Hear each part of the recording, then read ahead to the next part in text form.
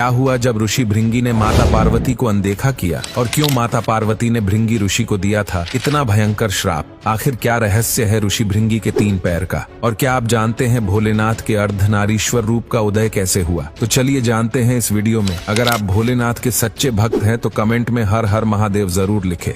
दोस्तों, आपने कई बार ये सुना होगा कि भगवान की महिमा अपने भक्तों से है। भगवान स्वयं से अधिक अपने परम भक्तों का गुणगान करने से अत्यधिक प्रसन्न होते हैं। तो आज हम आपको एक ऐसे ही परम भक्त की कथा बताने जा रहे हैं जिनकी महिमा हालांकि उतनी नहीं फैली जितनी फैलनी चाहिए थी। बताया जाता है कि उनकी भक्ति में थोड़ी सी कमी रह गई थी और उन्हें बाद में इसकी कीमत भी चुकानी पड़ी। ये भक्त कोई और नहीं बल्कि भृंगी ऋषि थे। पौराणिक कथाओं के अनुसार भृंगी ऋषि महादेव के परम भक्त थे, किंतु उनकी भक्ति कुछ ज्यादा ही कट्टर किस्म की थी। अब कट्टर से तात्पर्य ये है कि भगवान शिव की तो आराधना करते थे, किंतु बाकी भक्तों की भांति माता पार्वती को पूजते नहीं थे। अब हालांकि उनकी भक्ति पवित्र और अदम्य थी, लेकिन वे माता पार्वती को हमेशा ही शिव जी से अलग समझते थे, या फिर ऐसा भी कह सकते हैं कि वे माता को कुछ समझते ही नहीं थे। वैसे ये उनका कोई घमंड नहीं, अपितु शिव जी और केवल शिव जी में ही आसक्ति थी, जिसमें उन्हें शिव जी के अलावा कुछ और नजर ही नहीं आता था। अब एक बार तो ऐसा हुआ कि वो कैलाश पर्वत पर भगवान शिव की परिक्रमा करने गए थे, लेकिन वे पार्वती की परिक्रमा नहीं करना चाहते।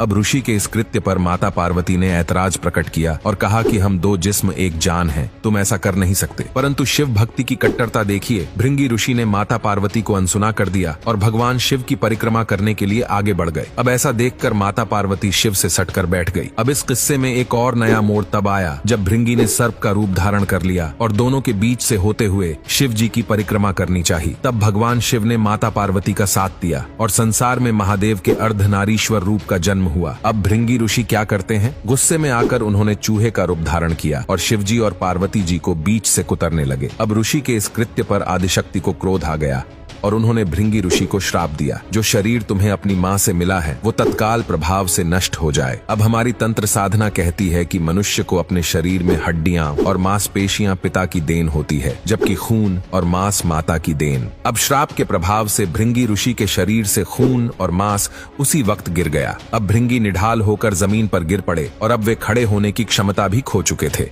तब उन्हें अपनी भूल का एहसास हुआ और उन्होंने माता पार्वती से अपनी भूल के लिए क्षमा मांगी। हालांकि तब पार्वती जी ने द्रवित होकर अपना श्राप वापस लेना चाहा, किंतु अपराध बोध से भृंगी ने उन्हें ऐसा करने से मना कर दिया। अब ऋषि को खड़ा रहने के लिए सहारे स्वरूप एक और पैर प्रदान किया, जिसके सहारे वो चल और खड़े हो सकें।